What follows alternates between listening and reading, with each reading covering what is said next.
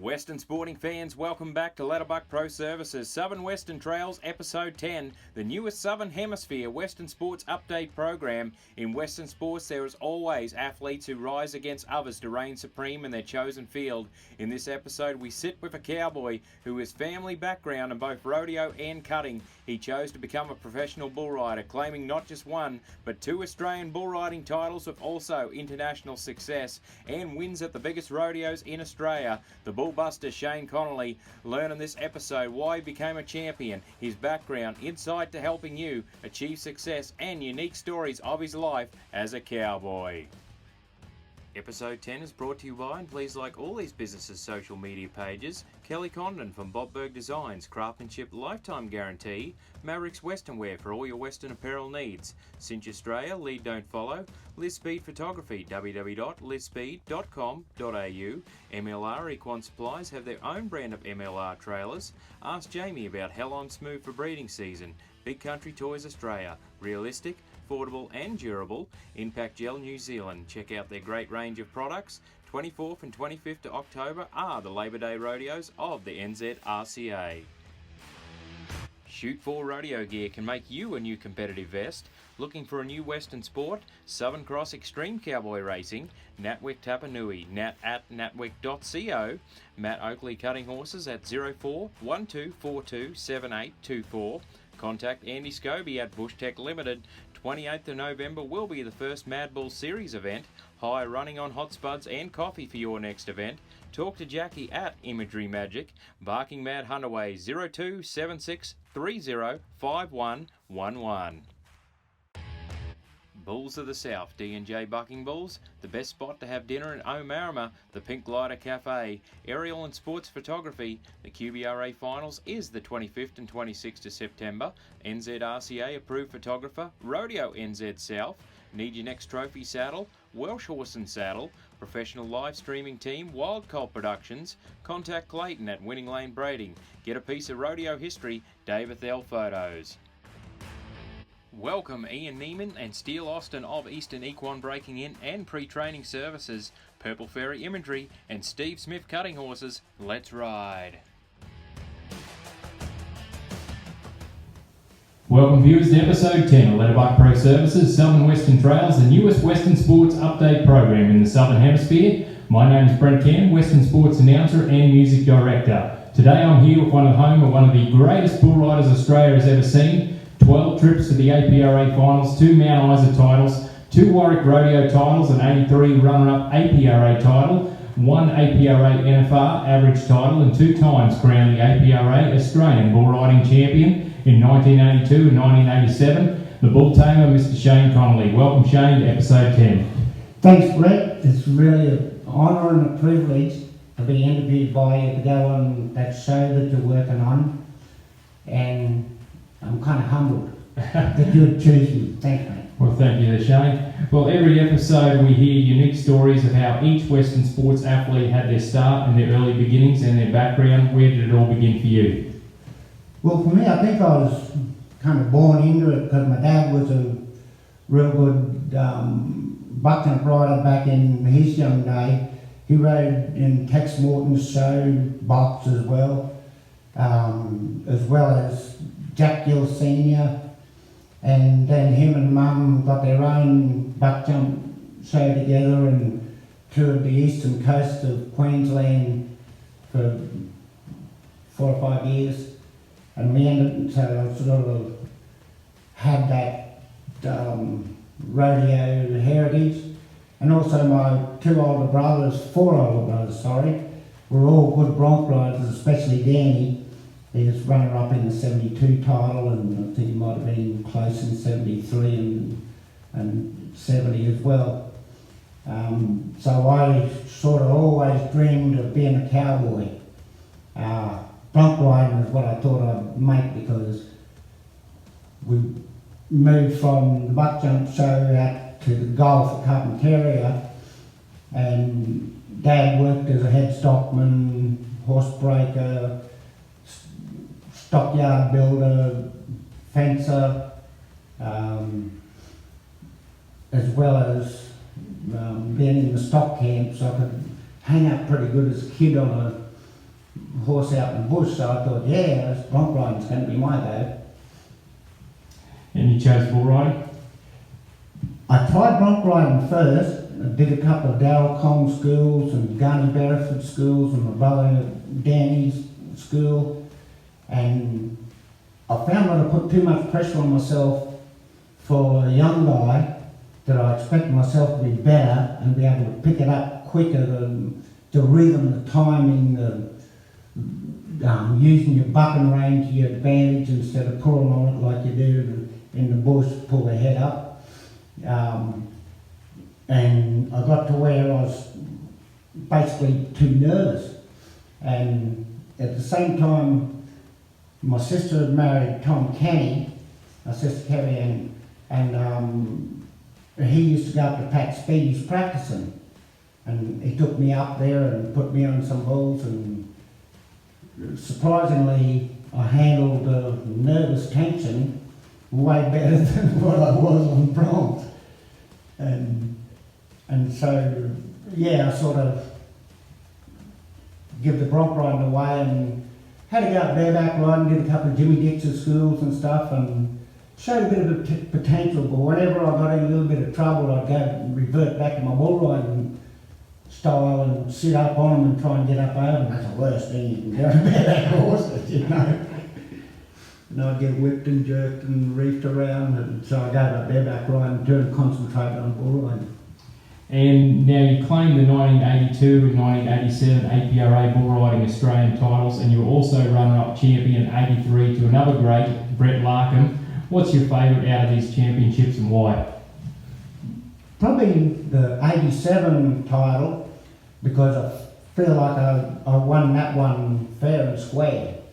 The 82 title, I was dragging behind Cole Wilson, by my good friend Cole, by a fair bit. But come Mount Isa Rodeo, Cole had a bad wreck off a bareback horse, and it shut down his year. And I finally caught up and passed him, but I know if Cole hadn't have had the accident, he would have beat me by the street.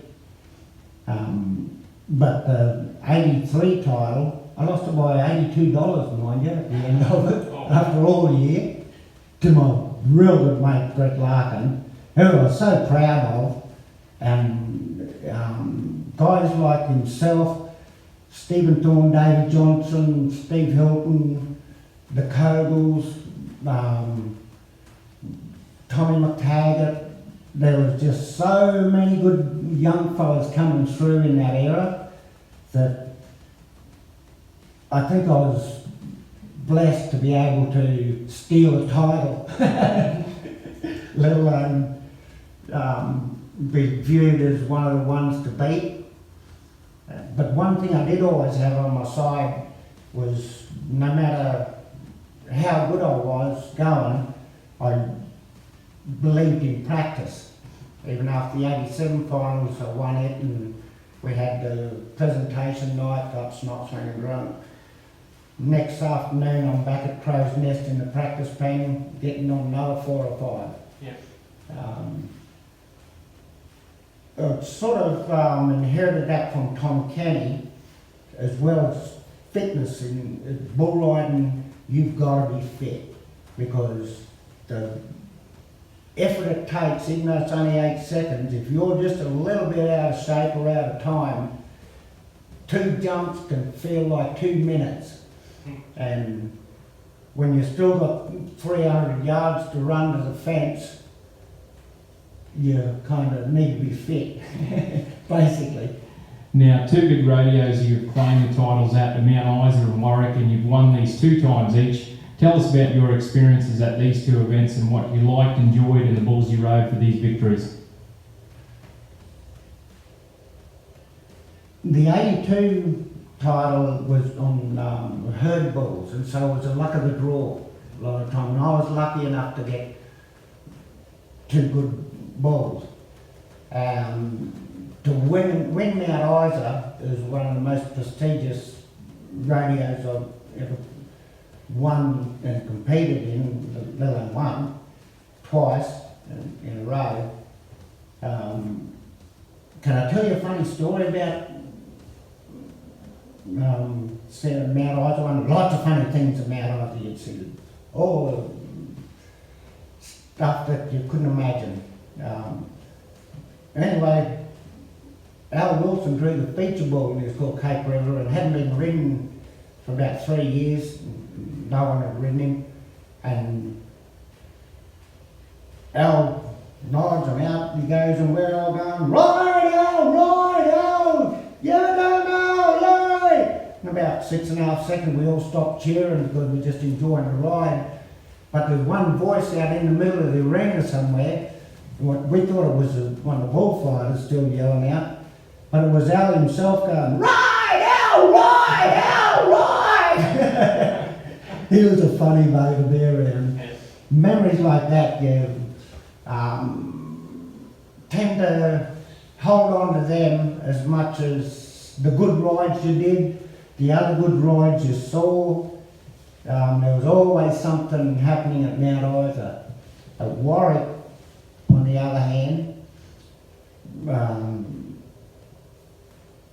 I was lucky for some reason in the draw for one, but also they had big storms that year. I won the average, and the arena was just a big mud puddle.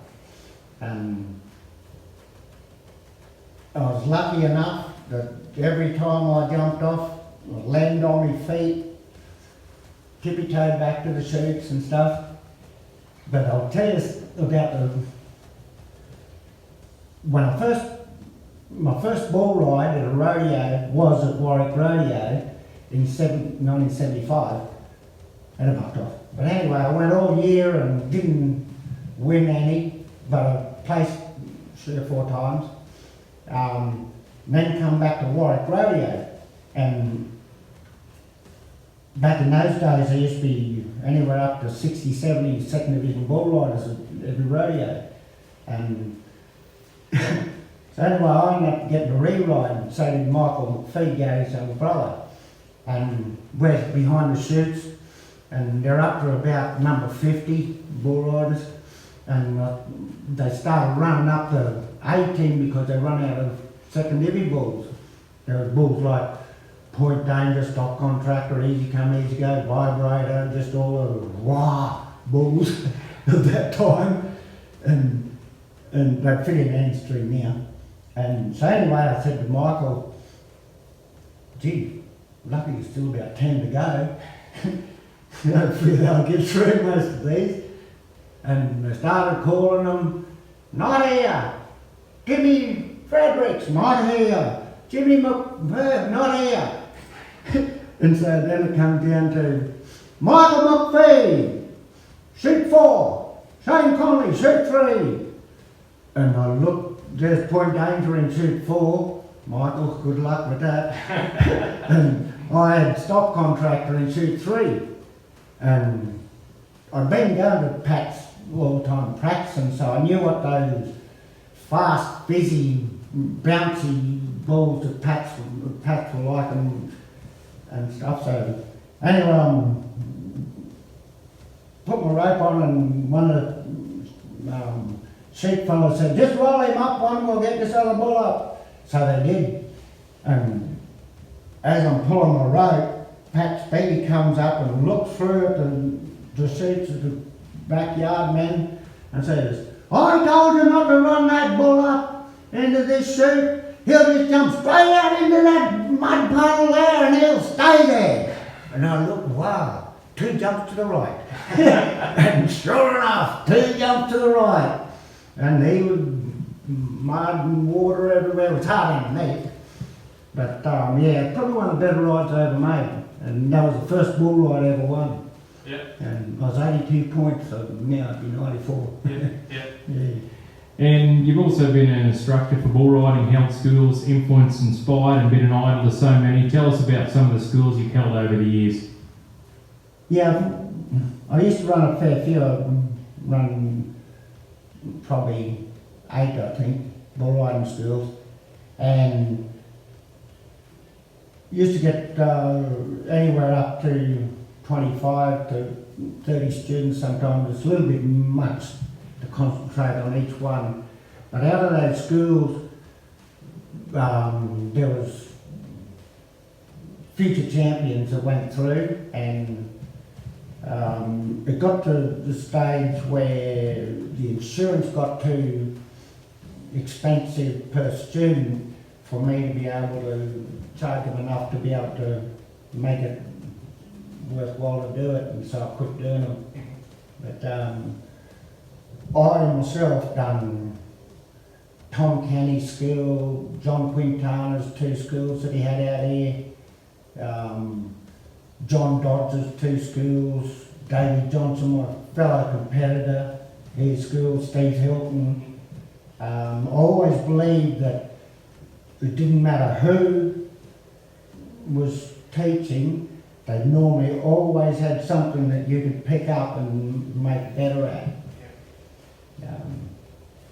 And I'd really recommend any young people to, if they're interested in rodeo in any way, go and learn off the guys that have been there that weren't recognised as some of the best. Because it cuts so many years off learning if you can get taught where to be in the right place at the right time, not just to ride them but also the safety value, how to be able to get off, get out of there in a heartbeat. We'll be back soon after a word from some amazing Western sports supportive businesses. Welcome to your Australian and New Zealand gateway of Bobberg Designs. Thank you for your visit. Proudly handcrafted since 1976, we can handcraft and deliver your very own special piece within 35 days. Whether you're looking to have a one-off crafted piece handmade or a whole number of items crafted, we can help you. We invite you to browse our range on our USD website at www.bobbergdesigns.com, or please feel free to browse our Australian Facebook page. Kelly is our Director of Australian Sales and she's ready to assist you at any time on 0458 72 7844. Send a PM or email kelly.bobbergdesigns@gmail.com. Our wide range of custom-made designs includes belt buckles, jewellery, pocket knives, appreciation travel cups, spurs, unique trophies and much more. Bobberg Designs, the home of the craftsmanship lifetime guarantee. Buckle up with Bob. Mavericks Western Wear can be found in Mansfield, Queensland, now owned by Mark and Sandy Brennan. Mavericks Western Wear are retailers of Cinch, Wrangler, Boulay boots, Serratelli hats, Big Country toys and Ariat cruisers. They are also the home of the famous Mavericks Western straws, with also hat shaping and cleaning service available for all customers. There is a wide range of t-shirts for men and women, jewellery, wallets, purses, handbags, plenty of belts, kids wear, horse boots, educational DVDs and a range of rodeo equipment. Watch out also for their travel shop coming to an event near you soon. Check out their website at mavericks.net.au with online shopping service, or call 0732 168 788 or shop in store at 63 2nd Street, Mansfield, Queensland. Mark and Sandy believe in supplying their customers with quality apparel, hats, boots, equipment and looking your best. Look no further, Mavericks Western Wear. We'll now return to the program. Welcome back to Southern Western Trails. I'm here with the 2 times Australian bull riding champion, Shane Connolly. It's giveaway time for one lucky viewer. Like, share the post and also Letterbuck Pro Services page to go into the next draw that will be announced on episode 11. Make sure you like Cinch Australia page and get yourself some Cinch jeans and shirts today. Please like Kelly Condon from Bobberg Designs Facebook page and order some amazing products also. Mavericks Western Wear, look for Mansfield Brisbane webpage, and like MLR Econ Supplies and purchase a Pro Cutter today. But the winner of episode 10 is... Here we go. Got to reach down the bottom and shuffle them around a little bit.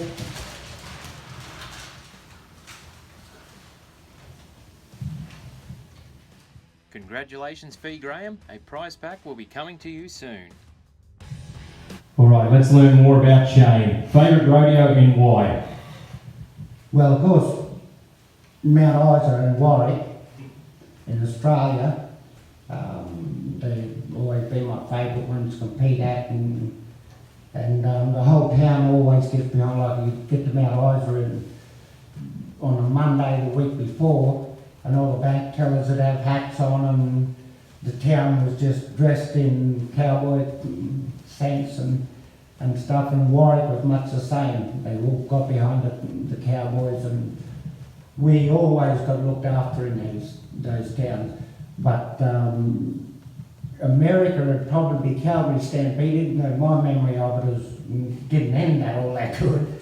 But also Houston Astrodome was so impressive. I even got to meet Willie Nelson there. I didn't actually shake his hand or nothing, but I was walking up a ramp and Willie and a couple of his band members were coming down, and I said, "Good day, Willie." And he said, "Hey, Aussie." You can hear the accent. So I was really stoked.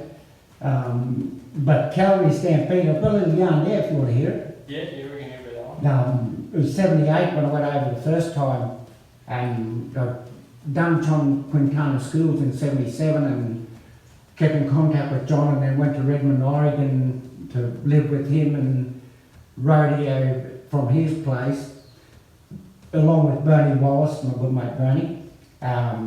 And we done all the ones sort of around that northwestern region that we could get to. And then anyway, myself and John grew up, me on Saturday and John on the Friday. And John had a pilot's license of a small 180 Cessna. So we're flying up over the Rockies and massive headwind. And he hadn't allowed for the amount of fuel he was going to use, so he ends up tapping the dash a little bit and then getting on the mic and lining it up with a rancher that he knew just into Alberta there somewhere to come out with some fuel runs.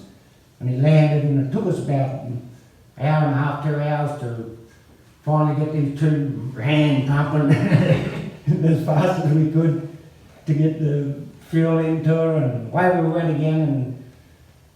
And John ended up missing his bull by about a half an hour, so he turned around and just flew back home with the tailwind. And I stayed there that night. Wow, what a place! Went to Ranchman's. Everyone goes to Ranchman's if they go to Calgary, and had a ball. And I drew the buck and bull of the past 2 years called Little Six, and he was well named. He was like a little bull dog and steer. He was that one of the littlest rank bulls ever got on. And I'd never been on a bull that backed up like that before. And anyway, before I nodded, just fighting. I let the fighting bull out while I done the promo on the buck and bull ear and the Aussie. And he just snorted at 3 or 4 clowns as he dived across the arena and jumped straight over the fence and landed right in the middle where the sort of family of rodeo people set up just outside the fence. And they told me, "Get on him." So I didn't pay any more attention to that. And anyway, so nods and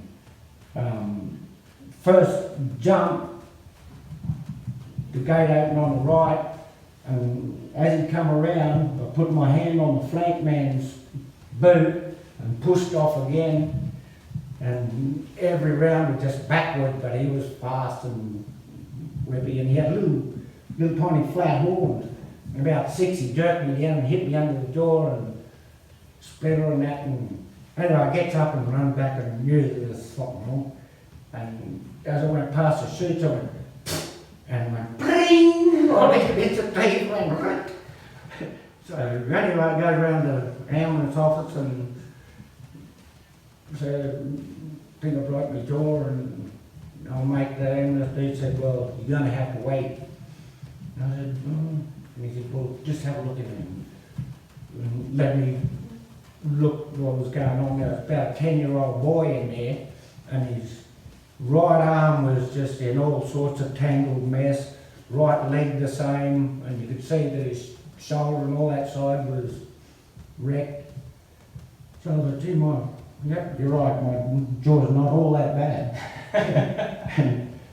and so I go to the hospital, and actually one of the greats of Canadian bronc riders, a fellow called Winston Bruce, come in with Marshall Copperthorne, the Calgary president, Calgary Stampede president, and to check on who'd been injured and that, and make sure they were right. And it was a real privilege, even though I was hurting, to meet those two guys, especially Winston.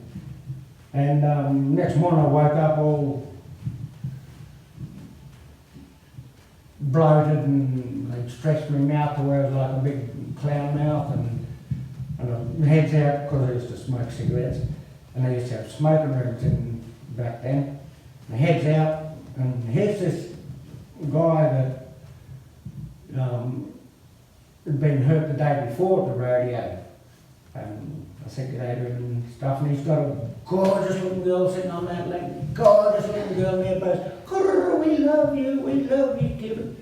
And I'm thinking, yeah, I'm looking like Freddy Krueger.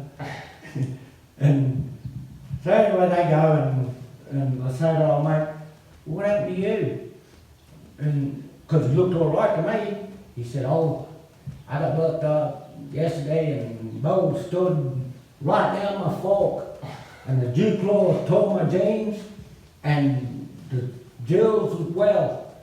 And he said, when I got up and ran back to the shoes, I was holding them little suckers on either side and I was running. So, yep, my face isn't too bad at all. Favourite idol, Shane? It'd have to be Tom Kenny. My brother Dan helped me a lot. John Quintana had a big influence on me.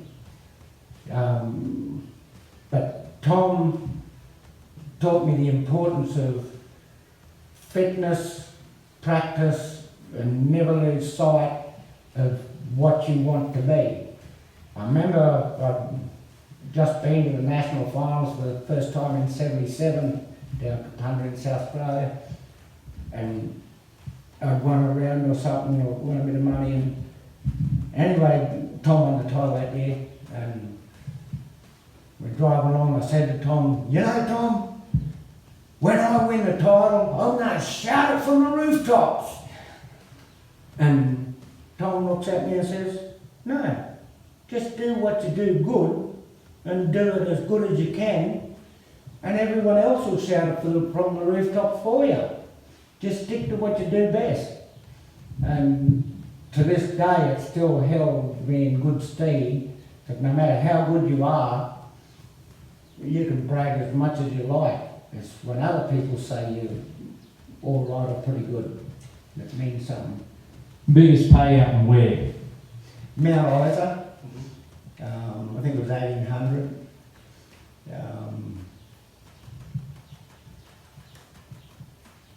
Back in those days, 1800 was a fair bit for an Aussie radio. Highest score, where and what on?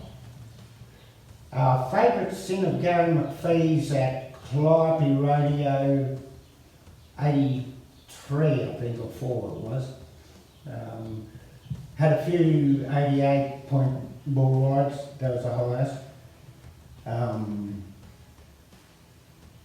In Australia, but I was 88 in America once at a radio, and ended up splitting 6 to 9s at the rodeo.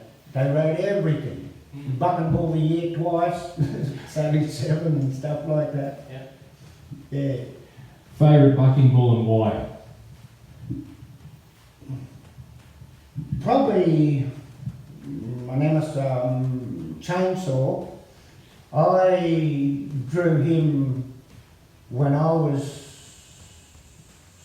in the top league, and he was in his prime, and I got on him 8 times and never made the whistle. Got close a couple of times, but every time there was something else dangerous and bad about him. The first time I got on him, I'd never seen him before. I'd come back from America, and it was 85 at, down the Gold Coast. And on the second jump, they had the clown barrel a little bit too close. And as he was going off to the right, he stuck both front feet in the clown barrel and pancake. Lucky the comedy fellow wasn't in the barrel at the time. And also kind of rattled my cage a little bit. And Graham Bagheera got my hand out before he got up. But then went from nodding to being stuck in your hat. Other times he'd rear back in the seat and hook you before you nodded, and he was live wire. And there's one time I got on him, about the fourth time I've been on him, talking with all my bull riding mate Thorny and Steve Hilton and John and that, and I was a guinea pig that was going to try this. Just let him roll underneath you and let go with your feet and let him turn on his side underneath you, and then when he straightened up, you bury your feet and clam up again. It was working great. But while he's up on his side, he slung his head around and got his horn behind the right knee and right to the gazific bit down below, and just hooked me off his back and threw me on me, brought me back about 40 feet out in front of him. And I got up, ran back and winded, felt a little quite cool and checking everything out. I was still there. But about 4 hours later, my whole groin went black. I've still got a little hole up the side of my groin where I can stick my finger in to the first knuckle, where his horn went in and plucked me off him. Yeah, he was probably him, Jimmy Ironman. Cream Puff was an awesome bull. I won Kyabram on a Cream Puff first time I rode him in his day. It was a Jim McGuire Memorial, and I was really proud. I've got that trophy inside that is a special memory to me. And was there a bull you wanted to get on but didn't have a draw, and why? Probably lots of them that I'd rather probably not draw. Yeah, I would really like to be in this era now where they have so many good blowy bucking bulls just out there and into it. Back in our day, a lot of bulls would take you out in the middle of the arena before they get into it, and you're already out of the money. And favourite sport outside Western sports? AFL, of course. Favourite singer? George Strait. Favourite food? Any food, man. I come from the Gulf. I've learned to appreciate food. Everything red up there, corned beef and damper. Have you got any hobbies? Horses. Yeah, I do. Any industry that I like, because I like to ride horses and I like the communication with horses and the response you can get with them if you're working with the horse. My brothers and, as you said, Aaron, my niece, they're really top horse people.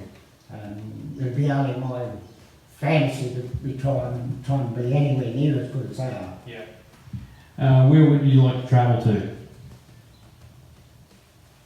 Anywhere in Australia. I've been to America and that, and I think Australia has that much to offer that you could do what the grey nomads do all year round and never see the same place twice and never be amazed at what the country Australia is. What's your greatest achievement outside Western sports?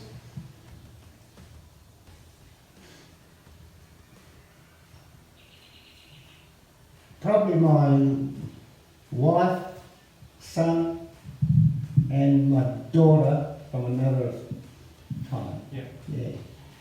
In 1978, you headed to the USA and travelled to Northwest Rodeos. Tell us a little bit about those trips, and also 1984, which you returned to the USA, based yourself in Texas. Tell us about those trips. Yeah, as I said, I went to Oregon, and once I got my jaw broke at Calgary and they wired it up, and and stuff. I basically had to come back home because I'm not going to be able to survive.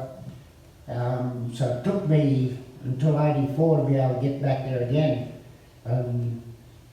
When I got over there, I was at Cow Palace in San Francisco for about 3 or 4 days, hanging out trying to get a lift back to the eastern side of Texas and that. And I met up with another Aussie mate of mine, Graham Heffman, and he was travelling with Lane Foss. And they said, yeah, we've got room for you. So I got to travel with Lane and Graham day and a half back to Lane, Oklahoma, stayed at Lane's place with FO for I think 2 weeks we were there that time, and also got to go practicing with him, and I got probably one of the biggest compliments that I think I've ever gotten in Lane, because I could ride left and right-handed. I had a crook left wrist, so and it was back in the '83 year when Brett Larkin beat me that I swapped hands and started riding right-handed. Went to practice pen and that, and so when I went over to America, I used to get on any turnout bulls or at the practice pen, get on 5 or 6 right-handed and then 1 or 2 left-handed. Yeah, so Lane, because I rode a couple of real good bulls, right-handed as well as left-handed, and Lane said, "That's amazing, Ozzy, that you can ride so good with either hand. You're a legend." And to come from Lane, I still remember that, even though he was probably just trying to encourage me along. But he was one of the better guys that I ever met in rodeo. Him and David Johnson were like the people's cowboy. And didn't matter whether they were that big or grannies. David Johnson and Lane always had time to pull up and yarn with them. I remember even they had it in the movie too. Remember that there was times when, and I even asked Lane, I said, how do you do that where your bull will be in the chute and everyone's been pacing up and down the back for however long it took us, and you're out there teaching a kid to rope or sitting on a bale of hay or signing autographs and stuff? He said, Channel, I've had 2 to 3 days sometimes to know what bull I'm getting on. Yeah. I've had plenty of time to think about it, and that's a good distraction for me. And I realised what he meant, that he was already ready. Yeah. And as well as repaying the people that come in and pay to come and see him, he repaid them tenfold by actually being someone that they could approach. Yeah. And I learned a lot from him. And mental and physical preparation is so important in Western sports. What was your routine of this or preparing through the week to compete at your best?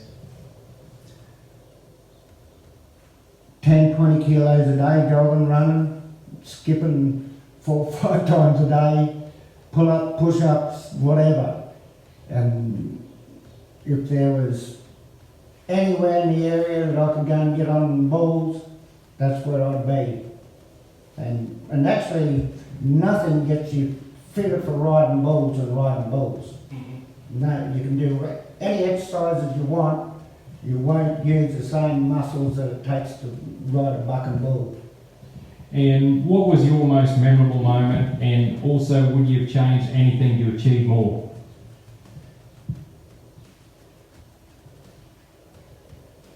Probably wouldn't change bugger all by the pain. Because the lifestyle that we lived, I think the 80s was a golden era of rodeo. There was a follow-on from the 60s and 70s. As I said, guys like Jim McGuire and Barry Gravener, Bonnie Young, all those great hands, Chilicini, they all passed on their knowledge to us.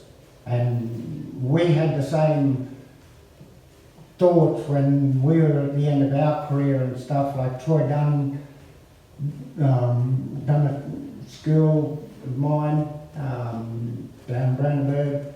A lot of fellas that were the next generation learnt from us and we learnt from the others, but the main thing was to be competitive. And you can't be competitive if you don't give it your all. It's one of those lifestyles, and especially bull riding, if you stub your toe, there's a big chance you get hurt. The best way not to get hurt is to get on more bulls and be fitter, and yeah, it was a great time. And what's Shane Connolly's advice for competitors, men, women and children, advice for achieving success in Western sports or in life? Well, as we did, learn off the guys that have been there before you, the ones you respect and the ones that will give you their genuine, heartfelt thoughts on whatever event you want to ride in, and then practice. Practice, practice, practice. The more you practice, the better you get. Well, thank you there, Shane, for being on episode 10. Thanks, mate. It's been a privilege and an honour. Thank you. Let's achieve success. Western sporting events coming your way, and you can find more details on these social media pages. The Southern Cross Extreme Cowboy Racing has plenty of events for interest. The QBRA Finals is not too far away at Dalby on the 25th and 26th of September. The Gundawindi Cotton Country Cutting Club are hosting an event on the 16th to the 18th of October. The ABHA Cap Coast Queensland state titles at Gracemere will be on the 31st of October and the 1st of November, and the Darling Downs Cutting Club Futurity at Toowoomba will be on the 21st to the 29th of November.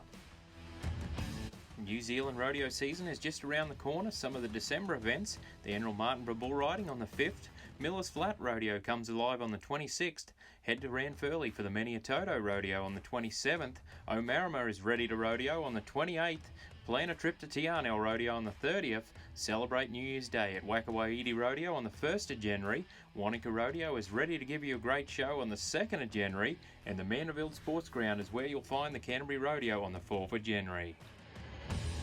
How about heading to the Wairau Rodeo on the 16th of January, home of the Undie Run, the Lawrence Rodeo the 30th of January, Eltram Rodeo is all about entertainment on the 6th of February, plan a camp out at the Matau Rodeo weekend on the 13th of February, and Taroom Rodeo here in Australia is going to be back bigger than ever on the 17th of July 2021.